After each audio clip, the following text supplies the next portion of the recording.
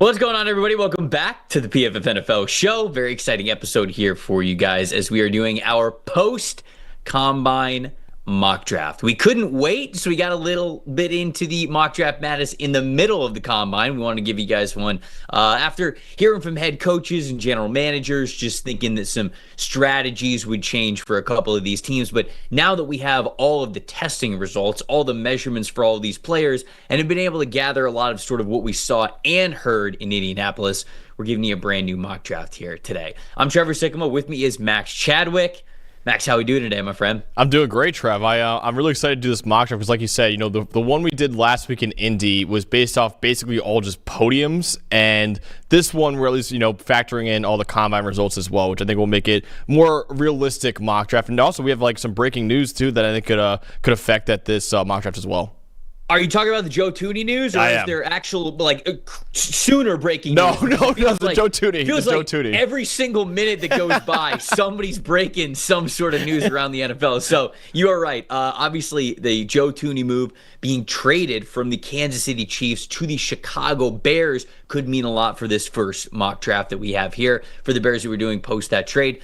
They also traded for Jonah Jackson as well, so a major need for the Chicago Bears. We've talked about Will Campbell being a destination for them at number 10, potentially Tyler Booker as well. When you trade for those two guys, it makes the interior offensive line a lot less dire of a need. So very curious as what we're going to do when the Bears get on the clock at number 10. We've got a Deebo Samuel trade as well that happened. T. Higgins officially getting franchise tagged. Trey Smith officially getting franchise tagged. So a lot of moves throughout the offseason as we get to the new league year that will sort of affect this mock draft, which does make it a lot of fun.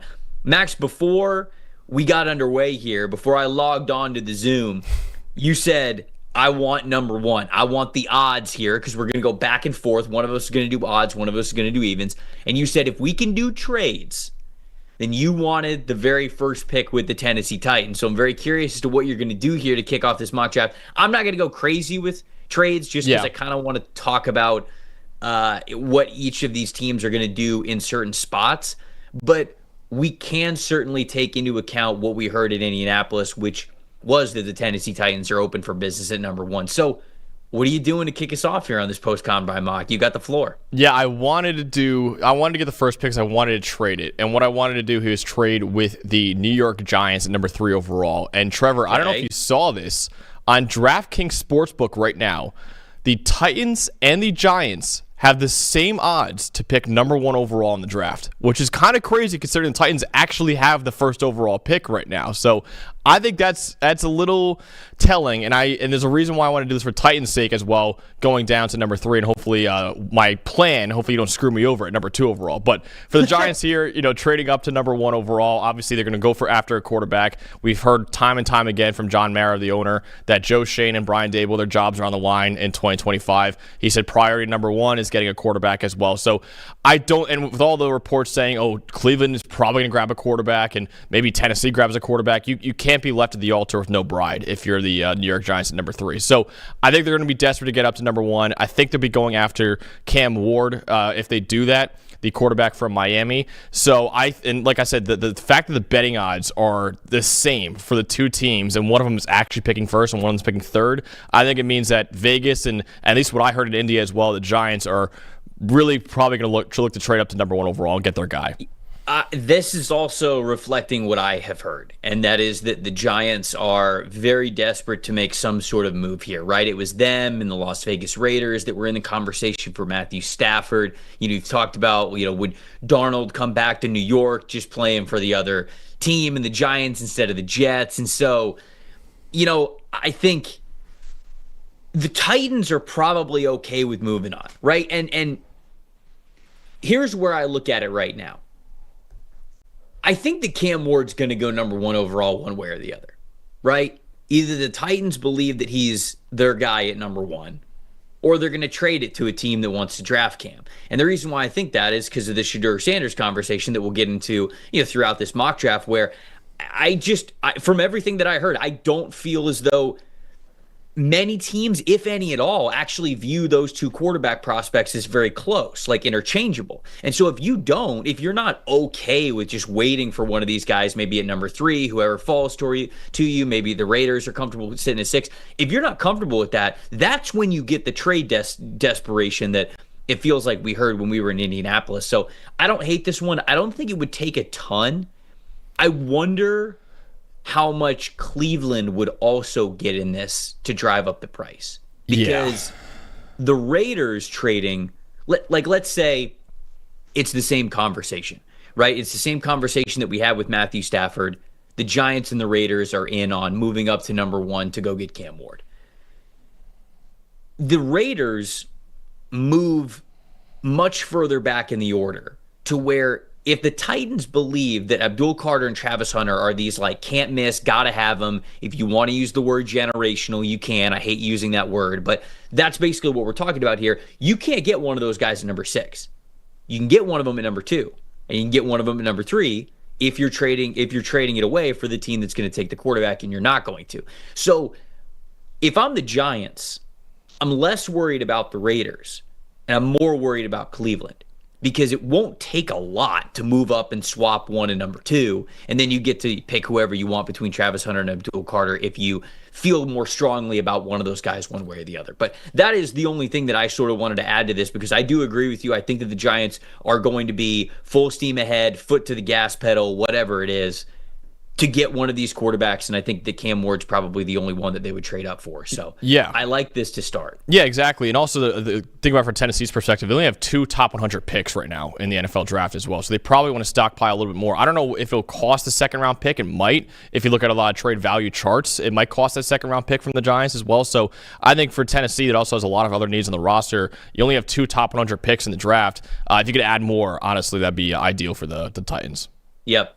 Okay, so Cam Ward going number 1? Yep, Cam Ward. All right, Cam Ward's going number 1. Puts Cleveland on the clock at number 2. I think they'd take Cam Ward if he was here at 2. Yeah. Like I already mentioned, I feel as though it's getting less and less likely that would be the case. It's really a coin flip between them, because it feels as though Myles Garrett is not going to play for the Cleveland Browns anymore. It feels like he has mentally moved on before he has physically and contractually moved on to a different team. And so it's hard to imagine him staying. And if that's the case, you really are just going full rebuild.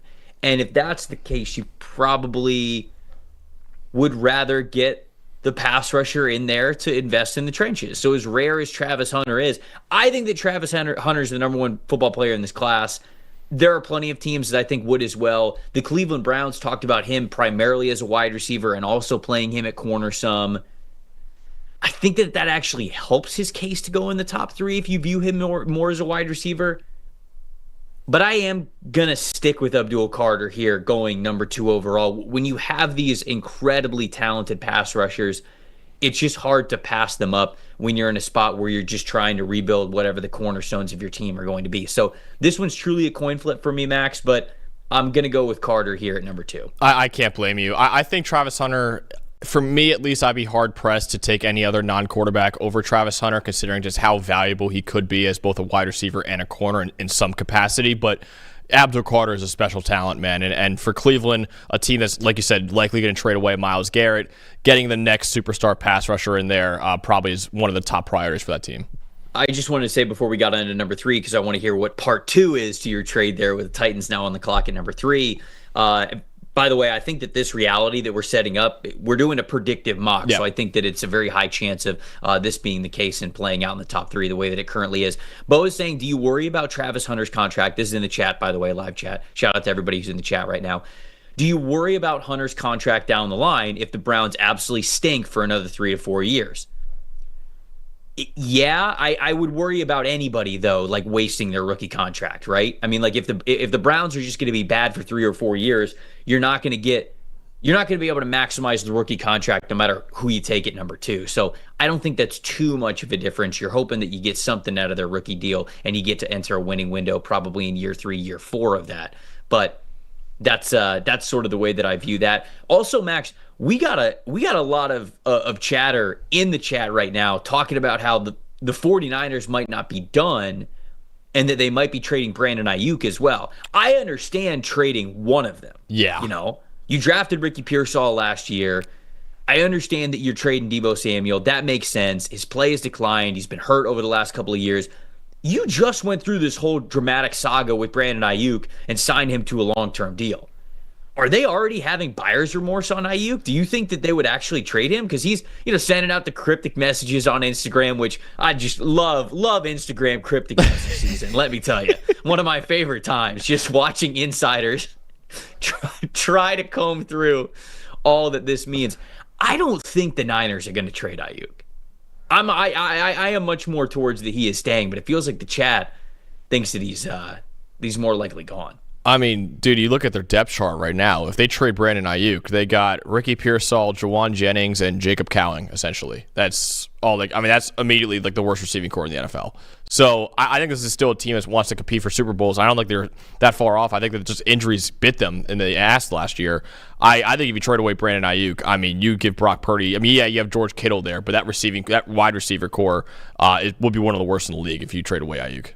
All right, anyways, let's get back to the mock. You're up at number 3 here, picking for the odds. This is part 2 of your trade with the Giants and Titans. Is Travis Hunter the player that you didn't want me to spoil it with for them to get Hunter? What did you think? He is not. His teammate is. Shedeur Sanders, I'm taking at number 3. Now, I know, Trev, we've heard a lot in Indy how people might not like Shedeur Sanders as a first-round pick. You didn't have him as a first-round pick in your mock draft. But Brian Callahan, I thought his podium last year when he got hired by the Titans was very interesting because what he said, okay, when I look for a quarterback, what do I look for? He said, I look for decision-making, I look for timing, and I look for accuracy. Basically the antithesis of Will Levis.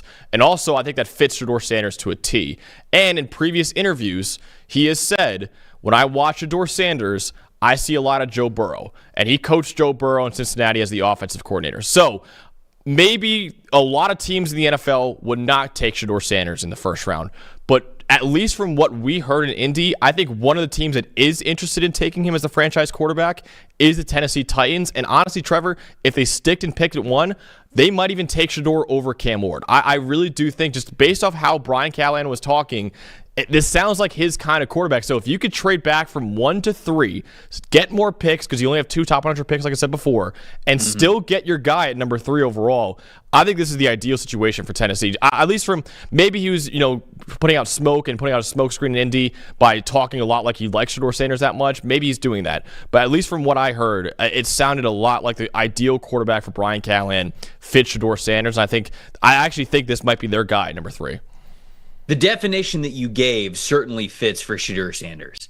I don't think the league is as high on him here. Now, I will admit, I felt like I spent a lot of time yesterday talking about how Shedeur is sliding and things like that. And I don't mean to totally say that the guy can't play, but I couldn't find really anybody who spoke with him with a lot of conviction. Now, maybe it is like a giant smoke screen. Maybe these teams are in on it. Maybe specific teams are in on it, because we've said that before on this show. It doesn't take all 32 teams. You don't have to have a consensus for a guy to go high in the draft. It just needs to be the one team that happens to hold the pick. So maybe the Titans are, if they go with that definition that you talked about Brian Callahan mentioning, that is Shedeur Sanders.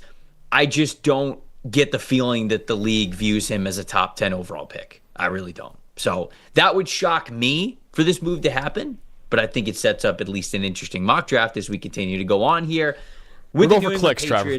We're just going for clicks. We're just going for clicks on this mock draft. Yeah, obviously. Yeah, that's what we're doing here. We're just a click factory here at PFF. Number 4, the New England Patriots.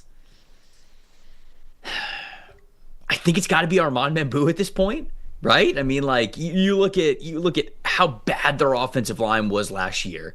And I wondered if the Patriots, the Patriots were sort of seen as a potential Trey Smith destination. When Jonah Jackson became available, it was like, ooh, maybe the Patriots will get involved here. Joe Thuney becomes available, and then it's like, boom, all right, nope, he's a Chicago Bear. It was very quick this morning where I was like, hey, they're looking to trade him. All right, he's in Chicago. Deal's almost done. So I wondered if the Patriots would have gotten in on that. I feel like that could have been a good move, but they're sort of sticking around, waiting, keeping their salary cap to see, I guess, what happens when free agency opens up. So right now, they still need offensive line badly, and until they fix that, that is the most important part to me. Now, previously, I didn't really think there was an offensive tackle that I believe the NFL saw as a top 5 lock that we would give to the Patriots every time. So, I've given them Ted McMillan. I've given them Mason Graham. Sometimes when Abdul Carter or Travis Hunter happens to make it in mocks, I think those guys make a lot of sense. But with the way that M'Boue tested this past weekend at the Combine, 4'9", 140-yard dash at over 330 pounds. He had the long arms to him, not super long, but at least above 33 inches, 33 and a half inches. And then he put up 31 inches on the bench press as well with some pretty long arms. So that just showcases his strength. He looked good in the drills. I think he's going to be viewed as majority OT1. Not that every team's going to have him as OT1, but I think more than half the teams in the league are going to look at M'Boue and want to take a chance on him first as that top offensive lineman. And so the Patriots definitely need it. So I'm going to go with Armand M'Boue here. I like it. I mean, you see the PFF grades right there, 85-plus grades as a run blocker and as a pass blocker this past year. He was absolutely phenomenal in the SEC for the Missouri Tigers. So, yeah, his stock has been rising ever since he had that unbelievable season, and I could absolutely see him being the first tackle off the board. I personally wouldn't have him as the first tackle off the board, but in a predictive mock draft, Trev, I might agree with you that he might actually be the first guy. QJ in the chat, I'm just shouting this out because I haven't seen it yet. Travis Hunter would change life in Carolina. My Panthers need Travis. I've never thought of that connection because he's never gotten to 8 in basically any mock draft that I've ever done. However, QJ is correct. Like I would love for Travis Hunter to be a Carolina Panther. They would just have to trade up to do it. And I wonder if they are a little gun shy to do so, giving up the capital they did to go get Bryce Young. And Bryce looks good now. Like it's all sort of worked out for them. But there was a time there where it did not look good, and they had given up a pick that ended up being Caleb Williams. And I wonder if they're just not going to be looking to get that aggressive again. But I do love his fit in Carolina. Well, I mean, they've done it before, right? They traded up to get Xavier Legette last year too, didn't they? Right? So like they've done it before, so they might be able to do it. I will spoil it right now, QJ. Unfortunately, he will not be available for Carolina number 8 because I'm sprinting this card in if I'm the Jacksonville Jaguars. I think if Jacksonville on their own personal big board will have Travis Hunter as the number 1 overall player in the draft, and they should. I think Travis Hunter as a corner fits a big need there in Jacksonville, and then you get him in packages as a receiver next to Brian Thomas Jr., where he doesn't need to be the clear-cut number 1 guy. Liam Cohen, obviously, his number 1 job in Jacksonville as the new head coach is to surround Trevor Lawrence with as much talent as possible. So you do that while also fixing a need on your defense. Like I said, Travis Hunter is the top player on the big board, I think, for the Jaguars, and I would sprint this card in if I'm Jacksonville. Yeah, I didn't talk about Travis Hunter enough with the New England Patriots. I mean, that's obviously something that you think about there. If you believe that he is that full two-way player, I absolutely think that he could have very well gone to the Patriots there at number 4. I'm honing in on offensive line, man. I feel like that's the area where the Patriots have to get better, and until they do in free agency, as good of a combine as Armand M'Boue had, I feel like they're going to gravitate towards that. Maybe I'm crazy, and maybe it's like Travis Hunter no matter what here, but I wanted to explore a world where M'Boue goes at number 4 and we get the first offensive lineman off the board, because I do think that it's a possibility. But yeah, I mean, Travis Hunter is not getting out of the top 5 no matter how you shake it. So him going to Jacksonville at number 5, I think it makes a lot of sense. Las Vegas Raiders here at number 6. I think that this could have been this obviously would have been a great Travis Hunter spot, but I just mentioned that he's not going to make it here because he won't.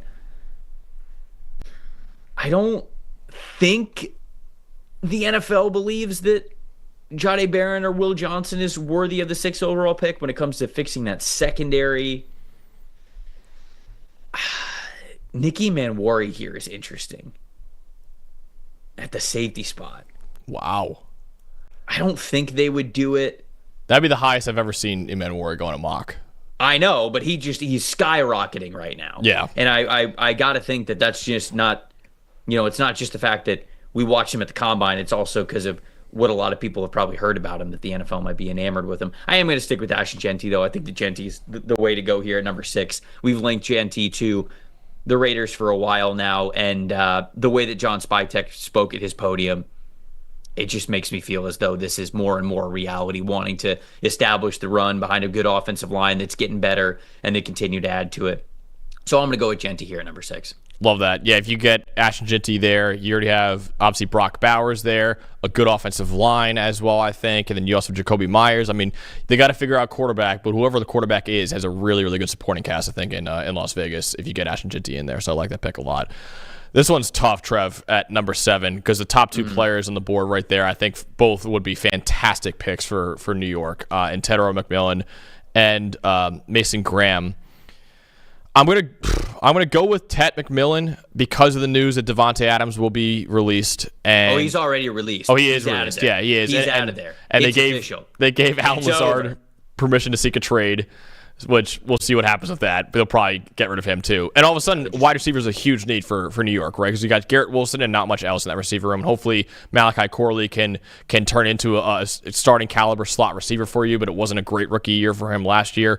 I think Ted McMillan not only fits a need for New York, but he complements Garrett Wilson really well. And I think, again, like Las Vegas, you got to figure out quarterback, of course. But if you get Garrett Wilson, you got Breece Hall, you get Ted McMillan in there. And you have an up-and-coming offensive line as well. Again, like the Raiders, I think whoever the next quarterback is going to be will have a really, really good supporting cast in New York if you get Ted McMillan there. So we have the Panthers now on the clock at number 8. Mason Graham's here. We don't often get Mason Graham here. I think it's realistic to believe that he's going to slide a little bit outside of the top 5 where it feels like he has been mocked a lot. Just because of the shorter measurables, showing up lighter than expected, about 24 pounds lighter than expected. Now, you said that there's sort of context there. You know, he got down in weight from training, but he was playing around what was it, 312, 315, something like that was his actual playing weight. Yeah, right? So, yeah, I had a source pretty close to Mason Graham told me that he played at 320 as a sophomore, which is why he was listed at 320. Then he played at 315 as a junior when his snap count went up. And then when he was training, as a lot of guys do when they're training, he lost and went down to 300. And then he got hurt. He bruised his heel. So he was going to work out at the combine. He bruised his heel at the last second. And then because he wasn't able to work out at all, he lost another 5 pounds or so. So he came in at 295, 296, but he actually plays at 315. I don't think I'm passing on him here, number 8. There's just not I don't know. Maybe the Panthers would think that Shamar Stewart would be worth it because it's a predictive mock, right? It's not necessarily what we would think. It's what we think teams will do. And after Shamar Stewart just tested like an alien, I mean, you look at some of the guys who put up the athletic testing numbers that he did at a similar size of 6'5", 267, and it's just number 1 overall picks. It's Clowney, it's Myles Garrett, it's Mario Williams. Like, all of these guys went number 1. Now, they went number 1 because they had more production to them. Shamar Stewart, infamously, I would say famously, but I feel like it's infamously, a sack and a half in each of the last 3 seasons. So do you believe that really just a leap in production is going to be there going from college to the NFL? It's hard to predict that. I'm going to stick with Mason Graham. I'm just going to stick with it. I think the tape's too good from him. I do think that the slide is potentially real for him, maybe even slightly outside of the top 10. But here in this scenario, I'll keep him in the top 10 and the top 8 because I think he makes a lot of sense for Carolina playing next to Derek Brown. Yeah, getting him next to Derek Brown. I know a lot of people want an edge rusher, but you get Mason Graham, who I think is a top 5 player in this draft at number 8 overall. I think that's an awesome pick for Carolina.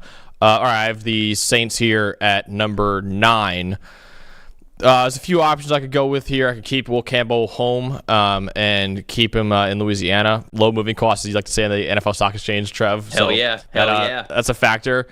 I'm going to go with more of a fun pick here. I'm going to go with Tyler Warren to New Orleans. I think Tyler Warren in that offense with that receiving core could be really good. I know they already have like a do-it-all tight end-ish in Taysom Hill, but I think Tyler Warren, he would actually be like a clear-cut number 1 tight end for that team. And like I said, in that receiving core with already Chris Olave there, Rashid Shaheed as well, I like this fit with Tyler Warren in New Orleans as their inline tight end and can help out a lot in the run game as well. So, yeah, I think Tyler Warren here at number 9. I haven't seen this a lot in mock drafts, but I think it could be an option for the Saints at number 9 if he falls there. So this opens up a fun conversation now with the Bears because things are just different for them now that they have traded for Jonah Jackson, now that they have traded for Joe Thuney as well. So they've got one spot along their offensive line that they still probably are going to bring somebody else in to be able to play center for them. Will Campbell, I feel like, would be an excellent center. I've talked about him being an option for them at number 10 as a center. But now that you have those 2 other pieces, you don't feel like you have to take an offensive lineman at number 10. And so I'm not going to here. And instead, I'm going to go to a really talented edge rush group that is still left. I mean, you've got James Pierce Jr., Mykel Williams, Shamar Stewart, Mike Green, Jalen Walker, all of these guys on the board. This is a dream for the Chicago Bears. I'm going to go with Shamar Stewart. Yeah. I'm going to go with Shamar Stewart here. I don't think I've ever made this pairing and connection before, but now that you have two offensive linemen that you feel good about going into the season, and obviously I don't think that they're done here, you don't feel like you have to draft an interior offensive lineman there. And so, yeah, I think that edge rusher, if Ashton Genty makes it to them at number 10, I think potentially they could consider Genty there, but it is a deep running back class as well, and they have those 2 early second-round picks, so I would wait on that if I was them. And I'm going to take the chance on Shamar Stewart, just that rare athletic ability that he has. And so now that you got the 2 O linemen that you want, you take a chance on an edge rusher, so I'll go Stewart here. I love that. And listen, if we did this mock draft like 2 hours ago, we probably would have taken Will Campbell right to the Bears here. But now with the recent news of them getting 2 starting caliber guards in there, the interior line is no longer as glaring of a need for them. So I like that pick a lot, and I'm with you, Trev. If I was going to, Shamar Stewart isn't my top edge on the board, but if we're doing a predictive mock draft, I think Shamar would go in this range, and I also think that he kind of fits at what the Bears are looking for in an edge rusher as well. So I love that pick at number 10. All right, I got the Niners here at 11. I'm going to stick on the offensive line. I'm going to go with Kelvin Banks, the tackle from Texas. That's your guy, right? He is my guy. Yeah, and I'm for you. Yeah, exactly. Predictive mock draft. So like that's why I was between him and Will Campbell, but I think Banks could stick a tackle. It's actually funny, Trevor. I was going through it last night. I was putting together my tackle rankings and looking at the arm length. Banks has the same arm length as Armand Membu, as Josh Connerly, has longer arms than Josh Simmons as well, longer arms than Ariante Ursary. And yet all I've heard lately is, Banks can only play guard at the next level. I think this guy could stick a tackle. I know there's other reasons why people might want to see him at guard, but if arm length was the reason why, then he has longer arms than some guys that people are like, oh yeah, he's definitely going to play tackle at the next level. So I love Banks, and I also love the fit in the Kyle Shanahan zone-heavy run scheme because I think he's an athletic player, and he was really good in a zone-heavy scheme at Texas as well. So I think Banks. I'm curious to see if he goes over Will Campbell here because I also think that Niners could put Campbell inside at guard, but you could put Banks at right tackle, and then maybe eventually he kicks over to the left side to take over for Trent Williams when he retires. I think Kelvin Banks fits the offense really well, and like I said, he's personally my number 1 offensive lineman in the draft. Man, I love that we're getting so many different scenarios here, like with Chicago and what Carolina had, and just setting things up a little bit differently here in this mock draft, because that's what mocks are all about, right? You guys aren't looking to watch this show just to watch the exact same thing. Craziness happens on draft weekend all the time. That's why we try to explore all these different possibilities. Zach Martin officially retiring for the Dallas Cowboys. It felt like the offensive line wasn't as good as it had been in years past anyways. Will Campbell still here on the board for the Cowboys. I wonder if they look at Will Campbell and they think, this is our next Zach Martin. I'm not saying that lightly, and it's a Hall of Famer we're talking about here, but I wonder if they look at that scenario and say, this is the guy that we could bring in to make sure the offensive line is as stellar as it needs to be. I think that Jahad Campbell's also on the board here, potentially one of these edge rushers that's left. Mike Green probably makes the most sense for them. Maybe if they think that much of Kenneth Grant, I think you can put Kenneth Grant in this conversation as well, running back. But at that point, if it's not Genty, I'm not taking Amari and Hampton at number 12. I don't think the NFL would either. The more that I'm looking at the Cowboys depth chart right here, I'm going to take Will Campbell. I'm going to take Will Campbell as a guy who I think could play guard or center for them. But in the immediate, I feel like just him being here, they feel as though this is an one in, one out Zach Martin replacement. Maybe for where Zach Martin was in the twilight of his career, Will Campbell is able to come in and sort of play to that caliber of a level, and then obviously you hope that he becomes that all-pro someday, like Zach Martin was. So don't mean to disrespect the career that Zach Martin had and say that oh yeah, it's easy. Will Campbell he'll be Zach Martin again. But I wonder if they think they could get that type of a player if he is here. So I'll go Will Campbell to the Dallas Cowboys at 12. I love that. I mean, I would have sprinted the card into 13 if you didn't take him there. I love the taking him to take over for Zach Martin, who just retired. I think that's a great idea as well. All right, I'm at number 13 with Miami, who I think is also pretty desperate for O-line. And I wonder, honestly, Trev, if Miami's a team that looks to trade up just to make sure they guarantee themselves one of the top O-linemen in this draft. But now that those guys are off the board, I don't think Josh Simmons with his knee injury would go this high. I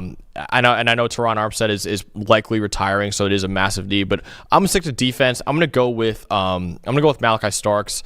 Now we'll know for sure whether or not safety is a priority for Miami after free agency, because Javon Holland should be one of the top free agents. Miami did not franchise tag him either. He should get a deal around $20 million a year probably. Whether or not Miami pays him is a different story. So if Miami does not pay him, all of a sudden safety is a top need.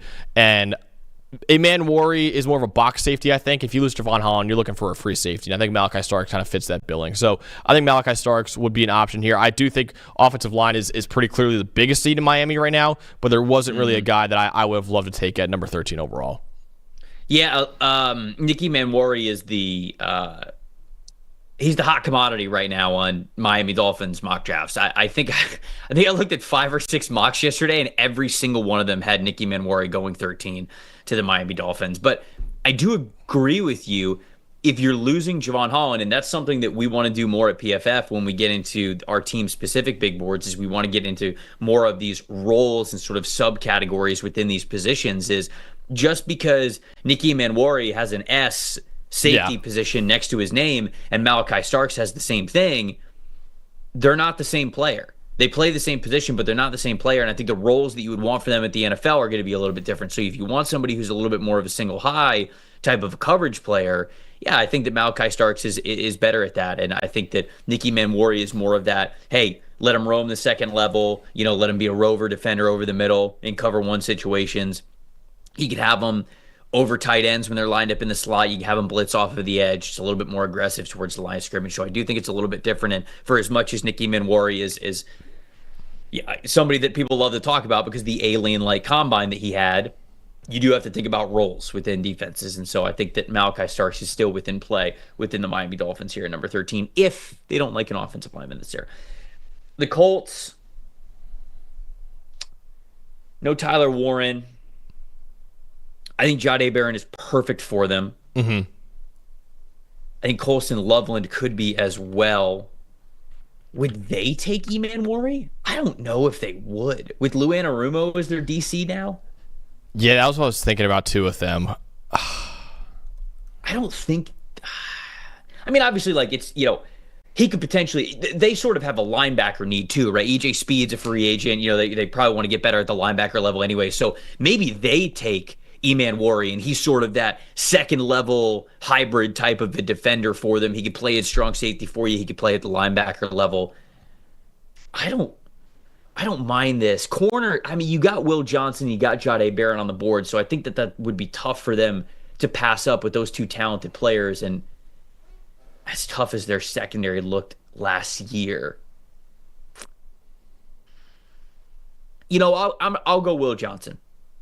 I'm going to go Will Johnson here at number 14. I'll stick with the corner. I think that he's a perfect corner for them. I think that he'd be great in Lou Anarumo's defense, especially if they want to play more off-zone coverage. Allow Will Johnson to hunt the football in those situations. And I think that he'll be really, really productive for them, maybe even as a standout rookie. So I think this is the better long-term play. I'm not sure about Nicky Manwari. Like I said, I thought about it there. Jihad Campbell I thought about too, honestly. He could have been on the board for them because I think the NFL is going to love Jihad Campbell, but I'll go Will Johnson. So you're up with the Falcons at 15. Yeah, I'm considering Jihad Campbell here. Okay,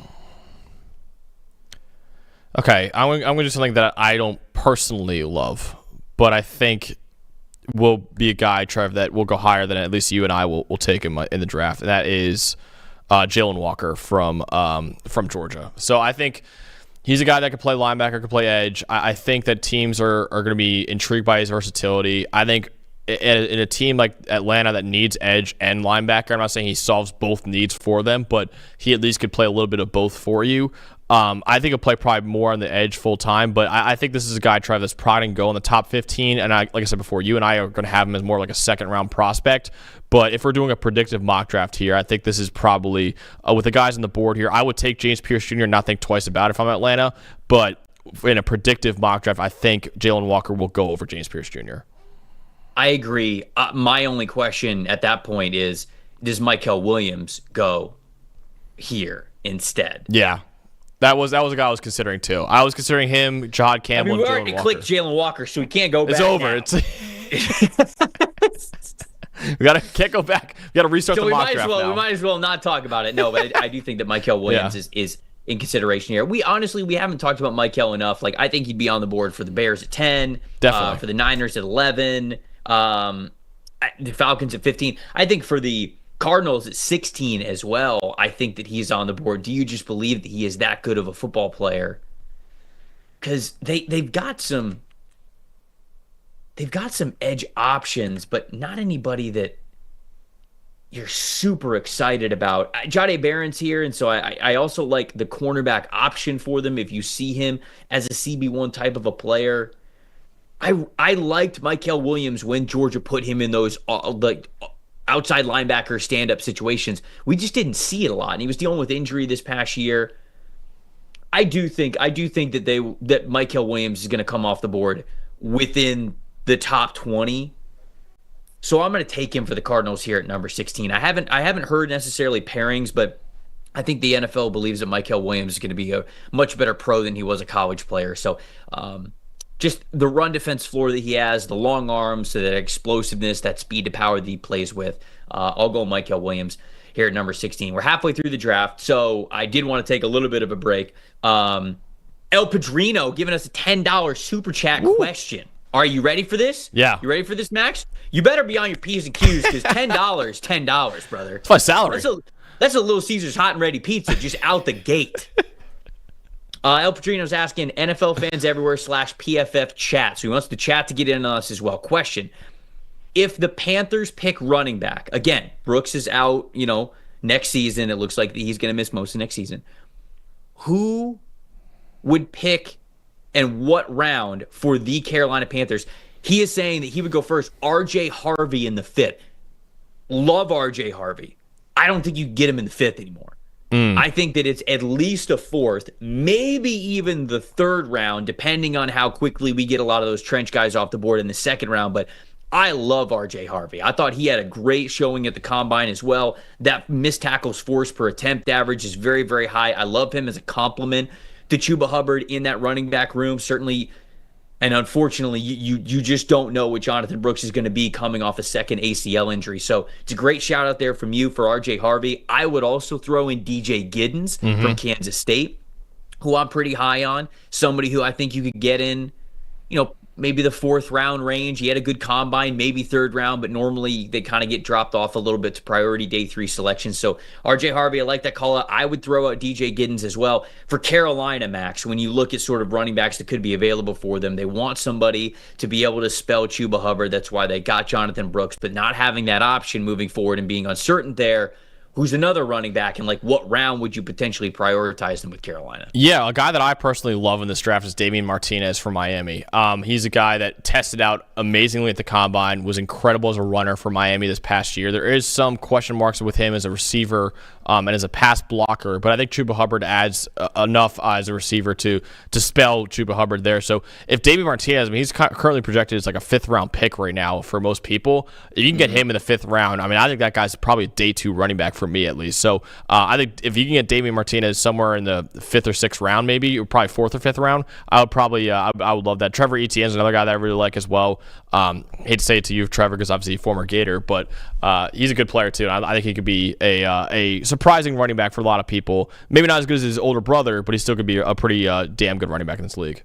I like Bashal Tootin, the chat is saying Bashal Tootin just because of the incredible combine that he had, one of the more athletic backs that we've got in the draft. I think you could probably get Tootin somewhere in the 4th, 5th round. So again, early day 3 selection is what you're talking about here. Brashard Smith, Dalton's guy from SMU. I think that he is also a great option because of what he could do as a receiver, former wide receiver. And then somebody else in the chat shouted out Woody Marks as well from USC. He was at Mississippi State for all those years beforehand. He's great as a receiver out of the backfield. So if you want sort of that true spell to what Chuba Hubbard is on the early down situations, I think those are a couple of guys that can really help you out on 3rd down. So there we go. Appreciate El Padrino for giving us a super chat there and kind of continuing that conversation. By the way, if you were watching this show, shout out to everybody who's watching it live. We really appreciate you. If you're not subscribed to the channel, please do so right now. We're doing all sorts of draft videos, not just post-combine here with this mock draft format, but we're doing a lot of team-specific stuff as well. So make sure that you're subscribed to the channel. You won't miss any of that stuff. We talked about it a little bit with the Miami Dolphins. The conversations we want to have from this point moving on is a lot of okay, what do teams exactly need. Don't just tell me a running back like the conversation we just had. What kind of running back makes sense for your team? And I think that those are going to be a lot of fun conversations that we have as we go on here. So please like the video if you're watching it right now and you're on YouTube. Subscribe if you are not subscribed already. We're going to bring you the best draft content that you're going to find anywhere. Cincinnati Bengals up at number 17, which means it is you here with the odd numbers. Okay. I'm thinking. You sound stressed about this one. Yeah, I'm stressed because we have a couple. Is it because Eli and Quinn are in the Eli next and room? Quinn have like a gun pointed at me from behind the studio right now. Make sure I get the right pick. So I'm a little nervous. Gun, just to be clear. No, not like a water gun. Yeah, exactly. I think I like D tackle for Cincinnati. I think I'm gonna go probably with Walter Nolan here. Okay. I think he's a really good player. Obviously, he had a phenomenal season this past year for Ole Miss, coming in from Texas A&M. Really got unleashed as a pass rusher at Ole Miss, which might be a storyline for a couple other A&M guys like Shamar Stewart and Nick Scorton, just how much the scheme kind of limited them at A&M. So I like Walter Nolan. Cincinnati's got to fix that defensive line, and I think Walter Nolan would be a guy that they probably be targeting pretty high in this draft. I don't know where Walter Nolan's going to end up going. Yeah, he's a tough one. Really talented player, but like the range is all over the place. You talk to some people and they're like, oh yeah, like San Francisco 49ers and Dallas Cowboys are like 11 and 12. You talk to other people, you go, NFL is not as high on them long term. Maybe Philadelphia Eagles at number 32. So I think the range is very wide for Walter Nolan, but there's no doubt that this is a landing spot for him at number 17. Seahawks at 18. This pick is extremely easy for me, but before we get to it, I thought about Matthew Golden here because we heard rumors of DK Metcalf potentially being somebody who could be a trade candidate. We heard that even going back to the trade deadline this past season. If you look at their wide receiver room, it's Tyler Lockett, it's DK Metcalf, and it's Jackson Smith-Njigba. If you take away DK Metcalf, Tyler Lockett ain't getting any younger. It's basically just Jackson Smith-Njigba, and you don't want that to be the case. And Matthew Golden coming off a really great combine showing where he ran the 4.29 40-yard dash. His game was already predicated off really good route running, really good footwork, just creating that separation even without being a big-time speedster. So now having that, you absolutely love it. So I thought about that there, but until they deal DK Metcalf, I'm not going to take a wide receiver for them here in the first round, even a guy who I think is on the rise in Matthew Golden. I will be taking Nicky Manwari, though, because even though I am personally not just this, oh yeah, draft Manwari, like don't even think twice about it. I think he needs to go to the right team. I think he needs to go to a team that will allow him to be sort of that hybrid box safety type of a player, where he's a linebacker, he's a rover over the middle, he can play in the slot in certain situations. I don't want to draft him to a team that's primarily either going to have him, one, play single high coverage duties or play just split safety duties all the time back in coverage. That would not get the most out of what he does well. And in fact, a little bit of a weakness in his game, I think, is just because he's bigger.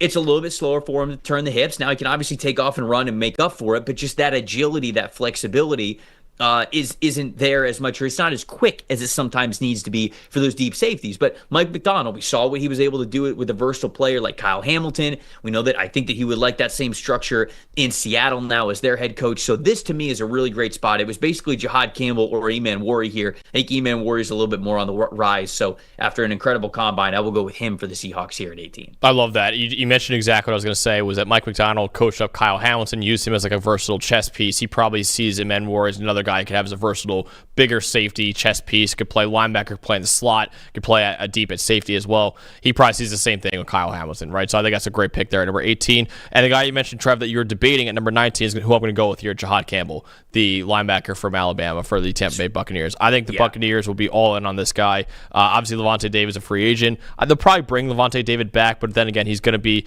probably pretty close to retirement at some point. So I think getting a guy like Jihad Campbell, who was fantastic at the combine and has really been rocketing up boards, I think he's probably going to find himself somewhere in the first round. And I think at number 19 to the Buccaneers, I think Jihad Campbell makes a lot of sense.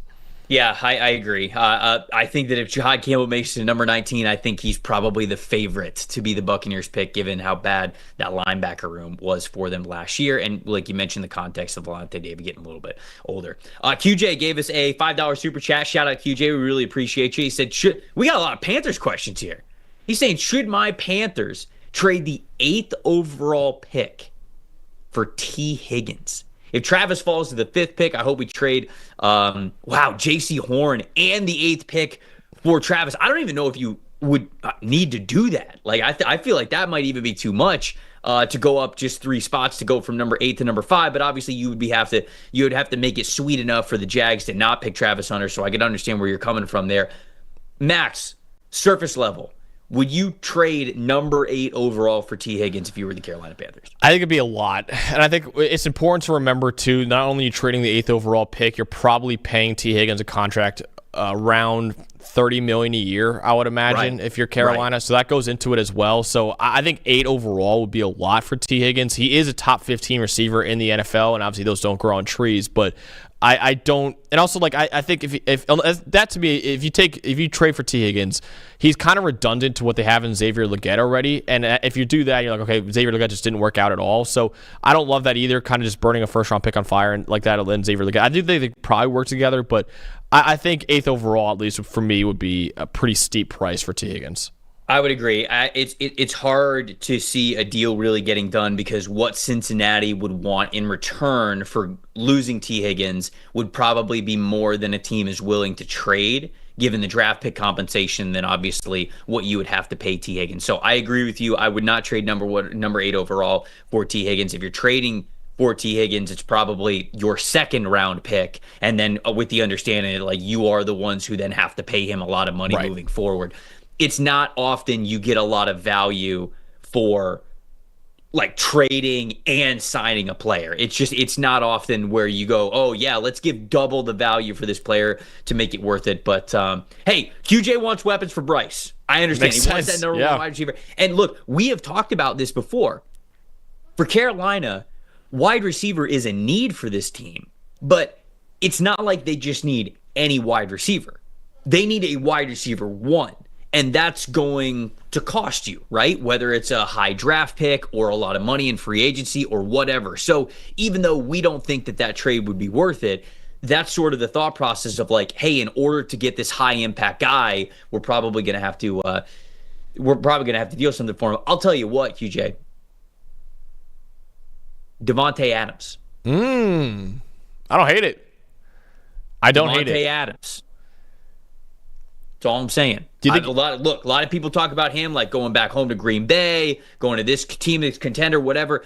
I'd love to see Devontae Adams with the Carolina Panthers. That would be hot. I think that would make a lot of sense for certainly Carolina to jump in on that. So I just hope that they are exploring the possibility there. Denver Broncos now on the clock at number 20.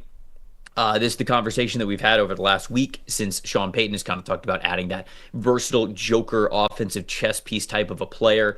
Colston Loveland's always the guy that we go to because it feels like he is available here at number 20.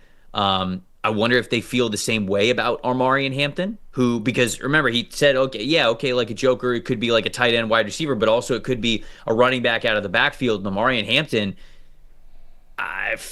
fills a lot of needs for them, and especially with a weak running back showing last year, helps the offense with Bo Nix. He can also give you a good amount of return on investment when it comes to those third down abilities in the receiving game, so he fits that billing right there. It's a deep tight end class, so you could draft a tight end a little bit later. I'm still going Colston Loveland here. Okay. I just don't think I can. I can't not take Colston Loveland. He measured in bigger than I thought he was going to. I wonder if he was going to be listed a little bit bigger at Michigan, and then it's like, all right, well, yeah, he's able to run the routes that he is because he's a smaller player. We didn't really get that from him. He is still a legit 6'5" type of a tight end. So I'll go Colston Loveland. I think they'll emphasize him plenty. I know we're getting sick of this pick. I know, Broncos fans. I'm sorry. I thought about trying to switch it up somehow, but it just makes too much sense if Loveland's on the board. Did you have any consideration to Luther Burden there as a kind of the joker for that offense too? Do you think? Or? Yeah, I think that his skill set fits. I don't get the feeling that the NFL is like super hot on Luther Burden for whatever reason. Now, I watch him. 2013 was excellent. I even thought 2014 was still good from him. The thing that worries me about Burton is the 4.41 40-yard dash. I think a lot of people would look at in a vacuum and just say, like, wow, what he had a great combine. He showed what he needed to. He showcased his speed. Next Gen Stats had miles per hour speeds on these guys when they were running the drills. And in 2 of the 4 wide receiver drills, Luther Burden had the slowest miles per hour. So it's like, it's not that I don't think that he's fast. He just wasn't running fast at the combine when he was going through the on-field drills, which are the things that actually matters most. You know, if you want to tell me, okay, I'm going to run in a straight line in a 40-yard dash, that's great. If you don't play with that speed, it doesn't matter to me. So it's one of those little clues. It feels like he's been falling from mock draft. I love Luther Burden as a talent overall. I think some of his best players are unbelievably impressive. I just wonder if the NFL is a little bit cooler on him. So now, in my opinion, is where we start the Luther Burden range. Yeah, so I was considering him, and I probably am going to go with him here. I also want to shout out Jahdae Barron here because I do think he's a guy that would be on Pittsburgh's radar because that secondary was a problem last year, and I think he's a guy that could help them out in slot. At outside corner, I thought Jahdae Barron was the best corner in the country this past season. So I think he will go somewhere around this range, and I do think Pittsburgh will be a team that's interested in his services, considering how bad their cornerback room at least was last year. But I will go with Luther Burden III, the wide receiver from Missouri. I think, like you said, Trevor, I think he's a guy that's probably worth a top 15 pick and probably is going to go outside the top 20 now for whatever reason. But I think he's a really dangerous player after the catch. He could actually do more downfield than you think for a guy like him. He's not just a yak receiver either. I think he complements George Pickens really well in that offense as well. So I think Pittsburgh would be interested in a lot of receivers, but especially if Luther Burden falls to 21 overall, that might be a guy that they'd be hard-pressed to pass up on. I mean, that's some serious dog at the catch point and after the catch with him and George Pickens. Yeah. You know? That's a hell of a wide receiver pairing there for whoever is going to play quarterback for the Pittsburgh Steelers. We do have another super chat. Hold on, let me scroll and make sure that we get it here. Reginald Kahn with a $5 super chat. Really appreciate you giving us that. Rams, dude, we got so many running back questions. We got to do like a whole show on running back. Rams draft running back just about every round. I love Kyren Williams, but the Rams could be a Kyren Williams fumble away from the Super Bowl. Who are some targets for them, and where is the sweet spot for them to get a running back? Let me look at the Rams and make sure that they have the ample amount of draft picks here. Let's see. The Rams... picking a great time for the internet to not work correctly. Okay, so they have a first-round pick. They have 2 third-round picks. They have their third-round pick, and then they have a compensatory pick. Then they've got a 4th-rounder, no 5th-rounders, 4 6th-rounders. So obviously, any of those 6th-rounders, I think that you could think about some of the running backs. If we're talking about like 6th-rounders, Jordan James, maybe. I like Jordan James a little bit from Oregon. I think he could be a guy. Jordan James from Oregon, Woody Marks from USC. Maybe, dude, Montrell Johnson from Florida? Yeah. Absolutely could see that being the case because Montrell tested like a way better athlete than I thought he was going to at the Combine. And he already has a run behind your pads type of a play style where he's great when it comes to yards after contact, get those short yards that you love. So I actually think Montrell Johnson is my favorite round 6 projection for the Rams if they're going to go with one. I like it. I think one guy, Trev, that I am very high on, compared to consensus at least, I have him RB10, is Jarquez Hunter from Auburn. I think that guy is so dangerous when he gets the ball in his hands. Rams type too. Yeah, and he fits the Rams. I think he could get, right now I'm looking at the consensus big board, he's number 243 overall, which means he's like a late 7th round prospect for most people. I think if you get him somewhere in the 6th round, I mean, he's a guy, like I said, I am as a top 10 running back in the draft. I think he's a really, really good player. And like his highlight reel is up there with the best highlight reels in the class, honestly. I think he has a very, very high ceiling. And like I said, he's right now a late day 3 pick. I think you get him somewhere with one of your 4 6th round picks. Jarquez Hunter from Auburn's a guy I really like.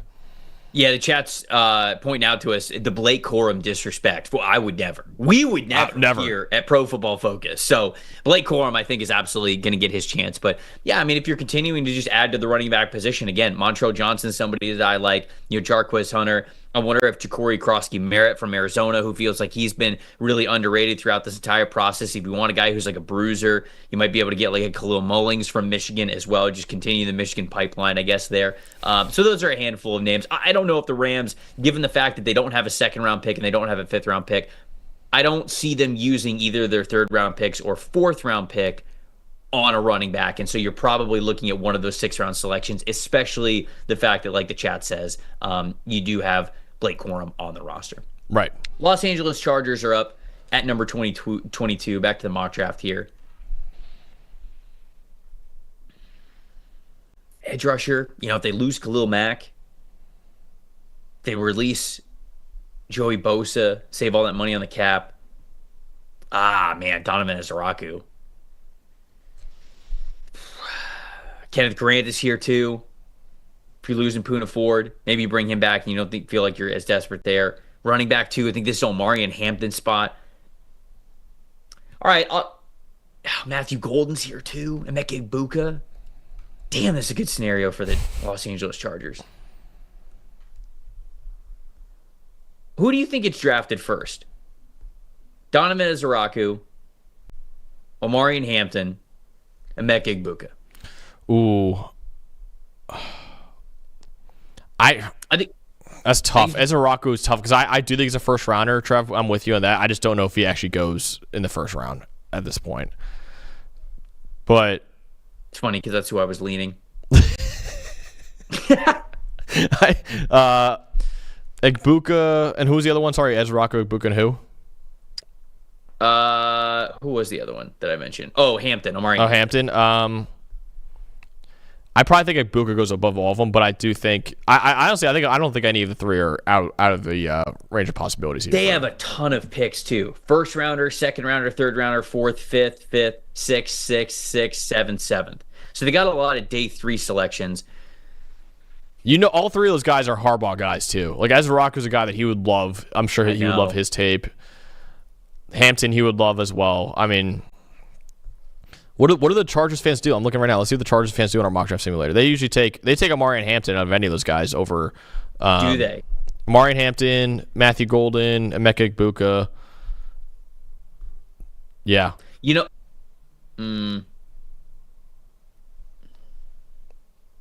It's a predictive mock, so I actually agree with you. I think Matthew Golden might be the guy that goes first above Emeka Egbuka. I agree. Yeah. I think it will be. All right, let's do Matthew Golden here to the Chargers at 22. We do have a super chat. Ooh. The super chat. Josh, $5 super chat. Really appreciate you getting in on the show, watching the show. Any shot Washington takes Omari and Hampton, Brian Robinson is not it, man. Josh words, not mine. But I do understand the sentiment to the upgrade. I get it. I don't think they would take him. No. Even if he was on the board at the back end of the first round, I don't think they'd take him. And the fact that it's such a loaded running back class, too. Yeah. That's just like if you're Washington, you have bigger needs on this roster. Like, you don't need to take one in the first when you can get a starting caliber, or at least a guy that could be really good in a committee in the second, third, fourth, even fifth round. We were just talking about before, Trevor. Like, there's guys in the sixth and seventh round that we really like in this class. Like, one of my top 10 running backs is a projected seventh round pick, right? So it's one of the deepest running back classes I can remember. There's legitimately like 25 guys that I think they can make a serious impact for an NFL team. Charles saying no way Harbaugh goes back-to-back wide receivers with premium picks. Could be the case. I mean, Kenneth Grant was right there. Again, we talked about edge rusher as well. But they need wide receivers so badly, though. Until they get somebody else on that roster, it's bleak right now outside of Lab McConkey. So I hear what you're saying, Charles, but oh man, I don't know about that. J. Cole is this could be the real J. Cole. I was going to say, the rapper? J. Cole in the chat. I mean, it could be. She spelled out a little bit more.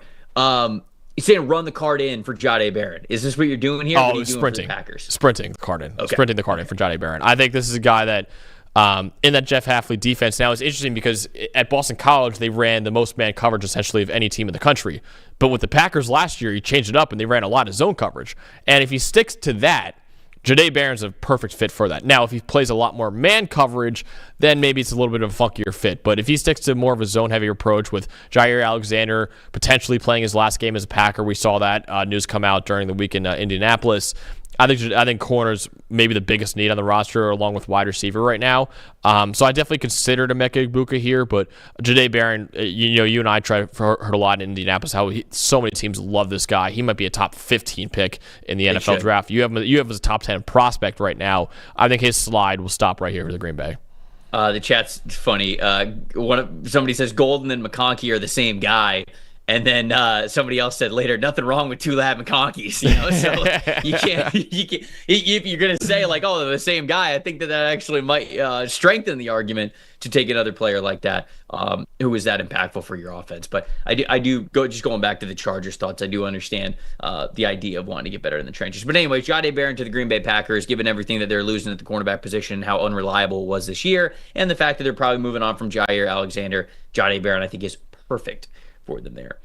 Minnesota Vikings, I think this is a pretty common trade out of the first round scenario because they just have pick number 24 and then they don't pick again until I believe 97 in the third round. So they'll probably want to trade back and get some extra picks there on day 2 because that's where a lot of value is in this draft. But I'll have them sticking here at 24. They would really have to love a prospect to stay. I think that Kenneth Grant would be enough. Mm-hmm. I think Gray Zabel would be enough. Both of these guys being here, I think, makes a ton of sense for them. I think I'm going to go Kenneth Grant. I like it. I think that one makes the most sense for if they were to stay here. Tillery's a free agent. Bullard's a free agent. You've got Harrison Phillips, but really, it's not much after that. Harrison Phillips going to be 30 years old, I think, next year. I'll say Kenneth Grant. I'm gonna go with Kenneth Grant here. Okay, I like it. All right, I got the Texans at 25. Is this the Tyler Booker spot? I was thinking about that, Trev, but like with Nick Caley coming in as the offensive coordinator, I think they're gonna run like a zone heavy offense. Yeah, you don't really want Tyler Booker doing that. So it's not like I'm looking at it. I'm like, I think he will go in the first round, and this is a very popular spot for him. I just don't know if he fits, and I don't know because I think Booker's very scheme specific. I don't really think if you run a zone heavy scheme, he's going to be very good at all. But I think in a gap heavy scheme, he could be a very good guard for you. So it's weird because Nick Caley's a new offensive coordinator for Houston, so we kind of don't really know what his philosophy is going to be, but. Mm-hmm. If it's a gap-heavy scheme, then maybe I'll go with Tyler Booker. Maybe I should do a little more research on what Nick Caley Ward's background comes from. But I know he coached with the Rams for a little bit, so they run a good amount of zone there. I'm gonna pass on that. I'm gonna go with Emeka Egbuka. Nice. I really like him, and I love Emeka Egbuka. First of all, he's a high floor player. He knows how to get open at an extremely high level. Just does everything at a good level, right? He's a very, very good slot receiver. And then also, if you're Houston, Stephon Diggs, I believe is a free agent. You got Nico Collins there, who's a star. Tank Dell, unfortunately, has been banged up, throughout his career so far with some serious injuries. Don't know what he's going to be like. So all of a sudden, if you look at that receiver room, and if Tank Dell never really fully recovers and Stephon Diggs is on his way out, you got Nico Collins and not much else, right? So I think Emeka Egbuka, I know they want to protect C.J. Stroud in terms of offensive line, but you could also protect him by getting another top pass catcher to throw to, and a guy in Emeka Egbuka that I believe he played with at Ohio State. I believe they overlapped for at least a year. So he's familiar with him. So that was his most productive year, wasn't it? 3 years ago? Yes, it was. Yes, you're right. Because I'm trying to do the math. Because Egbuka's older. Yeah, he's a senior. So he did play with C.J. Stroud right there. Yeah, his most productive year. Thank you. I appreciate that, Quentin. But yeah, Emeka Egbuka I think would be a fit, and like I said, he's got chemistry with C.J. Stroud already. So Rams up at 26. A lot of movement for the Rams. A lot of unknown here. Okay. Jonah Jackson, they trade him away. They have Kevin Dotson. They've got Steve Avila. Bo Limmer was able to come in and play well last year. They re-signed Alaric Jackson. You still have Rob Havenstein, which they could draft Josh Simmons. I think that this could absolutely be a Josh Simmons spot. You know who the other guy I'm tempted with is? Jaden Higgins. Ooh.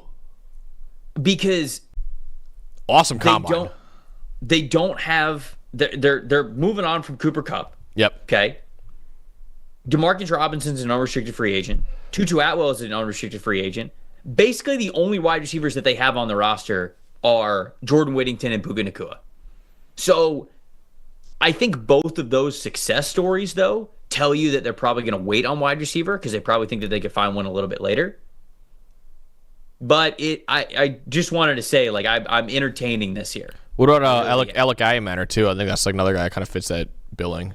I would agree. I just don't think that they will take wide receiver that high. Yeah, I'm with you there. I actually think that they're going to go with the edge rushers that are available. I'm not going to pigeonhole myself into a need. I'm going to take Mike Green. Okay. I'll take Mike Green off the board here. Byron Young, Jared Verse, Mike Green. Ooh. I mean, you got Kobe Turner in the middle, Braden Fisk in the middle. That's doing it right. So I'll go Mike Green. If he makes to 26, I really do think that the Rams should consider it right there. Yeah, I agree with that. Obviously, there's off-field stuff to be answered for him, but yeah, if that all checks out, he's going to be going probably higher than this. I could see him going in the top 15. Honestly. Whoa! What? Hold on here. Padrino's back with the super chat, but not only that, it's a $50 super chat.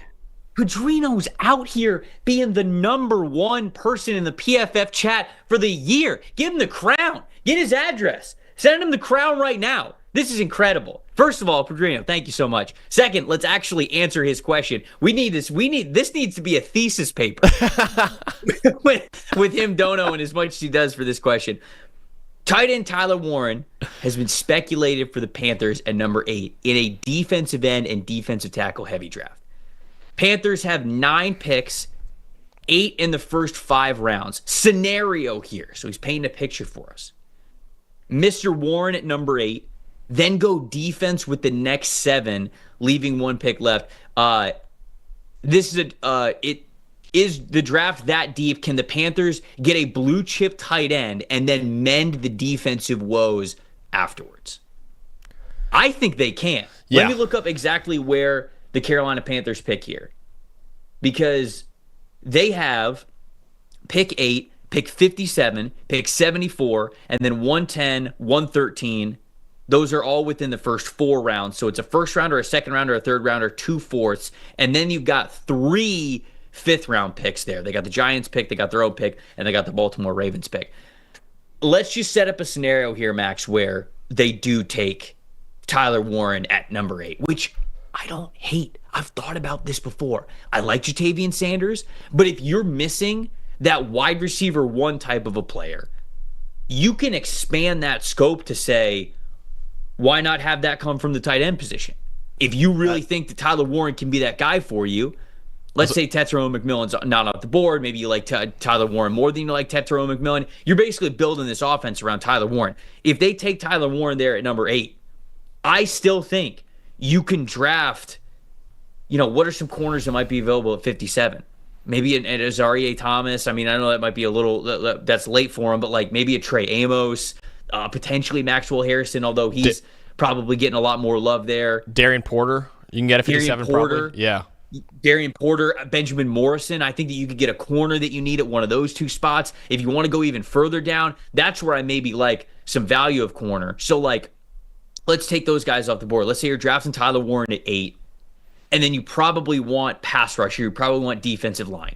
At 57, I think it's realistic for you to get a Josh Farmer from Florida State, an Omar Norman Lott from Tennessee, potentially an Alfred Collins from Texas. TJ Sanders maybe even a TJ Sanders at 57. If you wanted an edge rusher at 57, maybe a Princely Umanmielen, a Braden Swinson from LSU, who I really like a good amount. JT Tuimoloau, yeah, there's options. Right, you can go, I think, defensive line at 57, and then you go corner, so like a Melo Dotson, a Kobe Bryant, a Noel Williams, like a Jacob Parrish, like one of those guys that you get a little bit later, and then you continue to stack up those defensive linemen the further you go. An Elijah Roberts from SMU, a Kyman Rucker, a Quay Robinson, who I think is going underrated in this class because he wasn't able to work out at the Shrine Bowl and at the Combine, just dealing with injury. Maybe throw a CJ West in there, who I think could be really good next to Derek Brown. So getting back to Padrino's question, I don't hate it. I really don't. I think the door is open for them to take either Tetro McMillan or Tyler Warren as the offensive piece, and then you just flood the defensive side of the ball in rounds 2 and beyond. I really like it. Now, I am a big fan of Jatavian Sanders, so I would like to see him as the number 1 tight end for a year and see how that goes. But, man, taking Tyler Warren at number 8, I can't hate that at all. I mean, listen, you said it before, Trevor. You're like, okay, well, they need a wide receiver 1 while they take a tight end. Penn State's wide receiver 1, 2, and 3 last year was Tyler Warren. So he's a guy that clearly can carry a passing game like that. So, again, I think getting him there, just again, surrounding Bryce Young with as much talent as possible is a very, very smart thing to do for Carolina. All right. Where are we? Getting back. I lost myself in Carolina Panthers, fantasy land of what could be with their mock draft here. All right, you're on the board with the Baltimore Ravens at 27. I will remind you that our boss Gordon McGinnis is a Ravens fan, so don't blow it. Your paycheck and future employment. He's on the line here, yeah. Okay. This one's tough. There's a couple options. I'm looking at tackle and edge specifically here. I'm all right. I want to go with James Pierce Jr. Now, he's weird. It's been a weird one with him lately of just all this stuff, and people are saying, oh, he's going to be a top 10 pick. Now he's not going to be a first-round pick. It's just been all over the place with James Pierce Jr. I still think he's a top 10 to 15 prospect in this year's draft. I love his tape. He has been, you see the grades right there, a phenomenal player at Tennessee in each of the last 2 years. In his sophomore and junior year as a pass rusher, got so much better as a run defender, as you can see right there as well, with his run defense grade. And then, Trev, the thing I love about Pierce, I'll say time and time again, is he was a top 3 pass rusher in college football in each of the last 2 years in the SEC as a sophomore and junior. He still doesn't have that many moves. So it is a double-edged sword thinking, okay, you got to develop him a little bit more, but also if you develop him, what will he look like when he has a full arsenal of moves, right? So I think getting him in a situation like Baltimore where it could be fully unleashed, and I think the coaching there has obviously always been fantastic as it's been for like the last 2 decades. I think that James Pierce Jr. would be a phenomenal pick at 27, and if he falls here, if I'm the Ravens GM at number 27 and James Pierce Jr. is on the board, I'm damn near sprinting this card in. But in a predictive mock draft, maybe they go with him, maybe they go with Josh Simmons, I don't know, but for me at least, I would go Pierce. If they don't bring back Ronnie Stanley, I feel like this is Josh Simmons. I agree. That's why I was considering him. Yeah. Yeah. So I think that this is a Josh Simmons spot here. No matter what. Fitness in the chat wants you to know you were fired for that pick. I don't know if he's speaking for Gordon or not, but that's. But we did have some people in the chat saying that he would go to the Ravens. Padrino, following up on the tight end, said we would have the best young 3 tight end room in the NFL and upgrade the defense. Thanks, guys. God bless. Keep pounding. Yeah. Appreciate it, Petrino. Appreciate you getting on the show, all the super chats and everything. That was a lot of fun to do. Chris also gave us a super chat, $5. Shout out, Chris. We really appreciate you. Bold prediction from Chris. Green Bay goes interior defensive line at 23. Okay, they're losing Slayton. They've got a decision to make on Devontae Wyatt in the 5th-year option, and they save $14 million in cap space in 2026, so not this year, but next year, by cutting 30-year-old Kenny Clark. So if they want to get savage on the interior defensive line for how little it feels like that whole defensive line in Green Bay was able to produce this past season, they can do so, and interior defensive line could be on the table for them. We've got a couple of really good interior defensive linemen who made it to them at number 23. Kenneth Grant was still there. Darius Alexander is still on the board. Derek Harmon is still on the board. And so I think that if they want to go interior defensive line, they certainly will have the opportunity to do so. They will have the opportunity to get a really damn good defensive tackle in this draft. So just wanted to shout that out. Yeah, I love that. I think, D tackle, edge rusher, corner, it just fits the MO for the Green Bay Packers, right? The kind of positions they target highly in the draft. And I know wide receiver has been one that's been mocked all the time to Green Bay. But you got to remember, they haven't taken a first-round receiver, I believe, since 2003 was the last time they took a first-round pass catcher, whether it be a receiver or a tight end. So they just haven't really valued receivers or tight ends in the first round like that. They always think they could find day 2 or day 3 options. And to their credit, they have found day 2 and day 3 really good players like Devontae Adams, Jordy Nelson, and Randall Cobb and guys like that. But I think that D tackle absolutely is on the board for Green Bay at 23. Getting back to the mock draft, the Detroit Lions here at number 28. This one is extremely easy for me, and it's not Tyler Booker. I know it could be. I know that could make a lot of sense here. Maybe I'm just overthinking it, because if Tyler Booker made it to 28, maybe the Lions would just be like, nope, he's exactly what we want. Donovan Ezeraku is a home run pick for the Detroit Lions if he gets to them at number 28. He has the mentality that they are looking for. He's a run defender type of a player. He's a little bit lighter and gives them that speed element. He's got good bend. He's got good flexibility and so much production. 44 tackles for loss, over 30 sacks, 8 forced fumbles. I mean, the dude was just producing at every level, and he understands the why. He is a football player that the Lions would love. Aiden Hutchinson one side, Donovan Ezeraku on the other. I mean, that is going to wreak havoc. If he makes it to 28, he is their dude. So I feel like Donovan Ezeraku's on the rise. Could have easily put him in the top 20 in this mock draft, but there's only 20 names that get to go in the top 20, and so you have some of these players that are falling a little bit. I would take Donovan Ezeraku over Tyler Booker, and I actually do think the Lions would as well. So Ezeraku here at 28. I love it. I think it's a great pick for them. He fits the defense as well as a stand-up outside linebacker too. And the pass rush plan, the run defense was phenomenal, Trevor. I mentioned before I had him as a first-team All-American for PFF this past year, along with Abdul Carter, who was taken a lot higher, obviously, in this mock draft. So Ezeraku, great combine as well. Came in with longer arms than I even expected out of him. So, yeah, I think Ezeraku's stock is on the rise right now. Grammar School in the chat saying Savanaia to the Lions, the offensive lineman from Arizona, not here at 28, but again, just like sort of getting back to why I would be passing on an interior offensive lineman is I still think that they will have options like later in the draft. Like they could draft Savanaia at 60. And I think that is in the realm of possibility for them to add him to their interior offensive line. So just wanted to shout that out. And they have Christian Mahogany, who was able to come on and give you some snaps last year and looked pretty good. So, all right, you are up with the Washington Commanders. If you don't take Josh Simmons, I'm going to fight you. I'm taking Josh Simmons here. Great. To Washington. Great. I'm stopping the slide. You had opportunities too, Trev, to take Josh Simmons. So it's not just me here on the show. But, yeah, I like Josh Simmons. He's going to be – I would imagine if the knee checks out, he's going to be at least a top 20 pick in the draft. Now, the whole knee injury is complicated with him, and so it's going to be weird, and we'll see, obviously, what the reports that come out with him. And we might not even know as media. Teams obviously know after the combine medical checks and all that. But, yeah, Josh Simmons, though, he's a really, really good pass blocker. Got to protect Jaden Daniels, and at number 29 overall, this is a pretty easy pick for me here.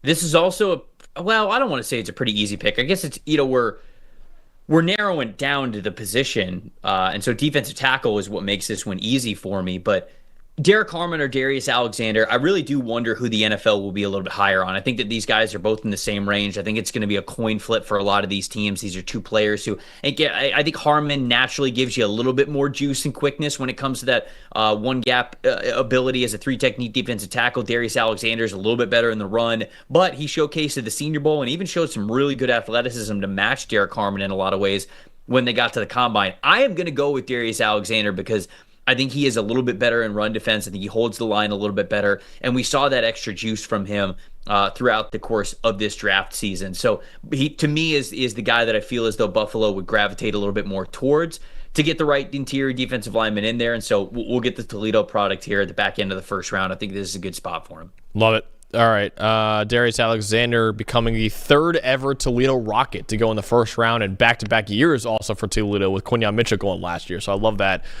for him there. Trev, this is also an easy pick for me at 31 overall. This is Josh Connerly Jr. because of the news that Joe Thuney just got traded away. I believe what they're going to do in Kansas City is kick Kingsley Suamataia inside to left guard because he kind of struggled at left tackle this past year, and then take Josh Connerly Jr. or some other tackle, maybe Josh Simmons if he falls this far as well, take some tackle in the first round and hope that they could be your franchise left tackle. So I think with Thuney gone, that is what their plan is going to be now. Suamataia at left guard. They're going to pay Trey Smith, obviously, as well. You got Creed Humphrey there.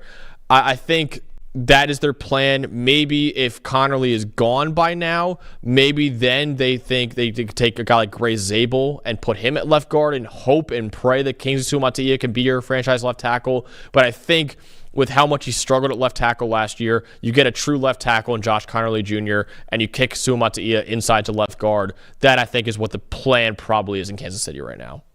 Do you have any thoughts of Tyler Booker here instead now that they've traded Joe Thuney and they can basically like fortify the interior offensive line still, it's sort of like a one in, one out. And then do you think that it basically comes down to, do you think they're out on Kingsley as a tackle? Because if you do, then you probably go with Connerly. If you don't, then with Booker certainly being available here, I think that they would probably entertain that. I think they would entertain it too, and I think it does fit that team, that scheme they run, because they do run a good amount of gap in Kansas City. So I think he would fit. So that is a good call out there. Kingsley did struggle a lot at left tackle, and I think if you're going into next year with him as he's our left tackle no matter what. Like, there's legitimately like no other guy that probably can play left tackle. If you take a guy like Tyler Booker cannot play left tackle for you, right? Trey Smith cannot play left tackle for you, or Creed Humphrey or anything like that. So if they take a guard like Zabel, maybe Zabel can in a pinch play left tackle like Thuney did, but if you're taking Tyler Booker, I mean, you're penciling it, not only penciling, you're sharpieing in Kingsley as your left tackle. I would be more scared of that if I'm Kansas City. That's why I would take Connerly here. Maybe if Connerly really struggles at left tackle and Sumatia shows you a lot in practice, he really developed, maybe you switch them, right? Maybe you put Connerly inside a guard, you put Sumatia at left tackle. I think if you take Connerly here, it gives you more flexibility on the offensive line, whereas if you take a true interior offensive lineman here, that basically makes Sumatia your de facto left tackle next year. I can get down with the logic. I can definitely get down with that. Desert Cactus is saying, I thought the buzz from the Combine was that Tyler Booker is more or less a first-round lock. He absolutely is, and we're getting him in the first round right here as a lock at 32. The Philadelphia Eagles losing Mekhi Becton to free agency. At least we believe that that's going to be the case. Mekhi Becton out, Tyler Booker in. I mean, you are keeping the Howie Roseman team building school of thought here by investing in the offensive or defensive line. I think they'll have some good options here at the back end of the first round. There's a lot of prospects that I feel did not get into this first round mock draft that I think have first round potential. Derek Harmon being one of them. Mm-hmm. We only got one running back in here. I think when we get past free agency, we will have more running backs get into the first round. I believe that we'll have at least two. I think we'll sometimes sneak in three, but these teams got to sort of fill these bigger needs first before we get these running backs in there. Gray Zabel, Nick Scorton. Yep. I think TJ Sanders, potentially a Tyleik Williams, maybe even a Xavier Watts, a Maxwell Hairston, Savone Revel. I think a lot of those guys are still first-round hopeful players who could still see themselves be getting in the first round. I think it's a good group, and that's what makes this a fun exercise at this point in time before free agency. Max, that was a lot of fun, man. I really enjoyed that. That was good stuff. If you're watching on YouTube, obviously you can see on the screen the full results of the mock draft. I'm not going to read off every single pick, but you guys can see all that there. This was a ton of fun, dude. I appreciate it, man. Yeah, I appreciate you too. Am I getting all the money that we got today, or how's that working? You actually get none of it. Okay. So yeah, hate well, this is all for nothing then. Okay. Cool. Bad news. Well, it might be in your bonus, but that's why it's a bonus. You just never know. Maybe it is. Hey, shout out to everybody who got in the chat with a super chat. All jokes aside, we love you guys for doing that and helping support here this show and this brand. And it was really cool to read some thought-provoking questions and some draft scenarios that we got to work through. So we didn't just feel like we were doing a mock draft here. We were all kind of getting to do a mock draft together and walk through what could be the 2025 NFL draft. It's always a good time. Appreciate everybody who watches the show live and after the fact. For Max Chadwick, I'm Trevor Sikkema saying thank you guys so much for watching and listening to another episode of the PFF NFL show. We will see you guys next time.